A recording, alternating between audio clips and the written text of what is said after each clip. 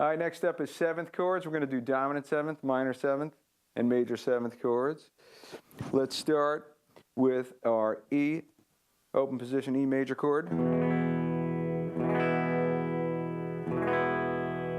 The way to turn this into E7, there's a variety of ways to do it. One way is you can take your ring finger off and play the open D string, and you get this.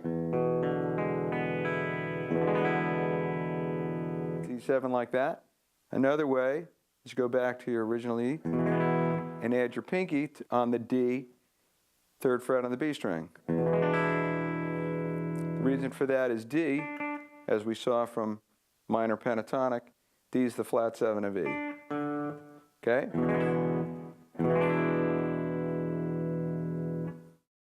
There's one more way to do this, where we're going to play both Ds, the open D and the D with the pinky. That would be like this.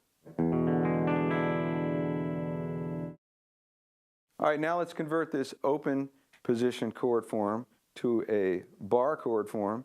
This is a 6-string root, just like before with our E and F bar chords. So we're going to take, first let's take this E7 that we played like this. If you play it like this,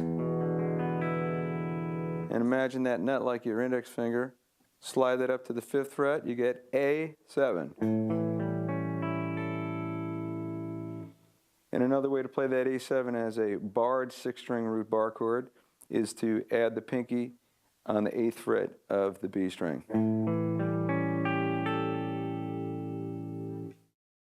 All right, now let's form some dominant 7th chord voicings using a 5th string root, starting with the 5th string root open position major chords. Start with A. We can take this A note and play G, the flat 7th of A, and we end up with this. That's A7. You can also go back to your original chord and add a G, 3rd fret of the high E string. That's your A7 like that. Or you could play both G's and you get this.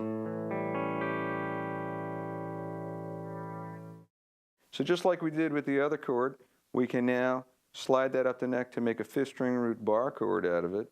So if we start with this A7, imagining that nut as your index finger, you could slide that up to the 5th fret and you get this, a D7 bar chord, 5th string root bar chord. And you can also play that as a regular D major bar chord, 5th string root, and add that C note, that flat 7th on the 8th fret of the high E string. All right, here's a couple examples of using those 6th string and 5th string root bar chord dominant 7th chords. This is going to be played in the style of sort of funky classic rock. 1, 2, 3, 4.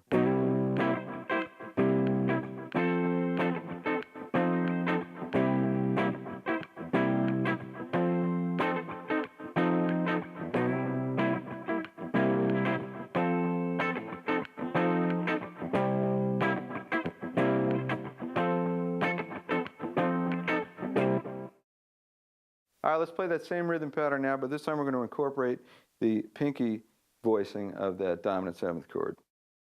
1, 2, 3, 4.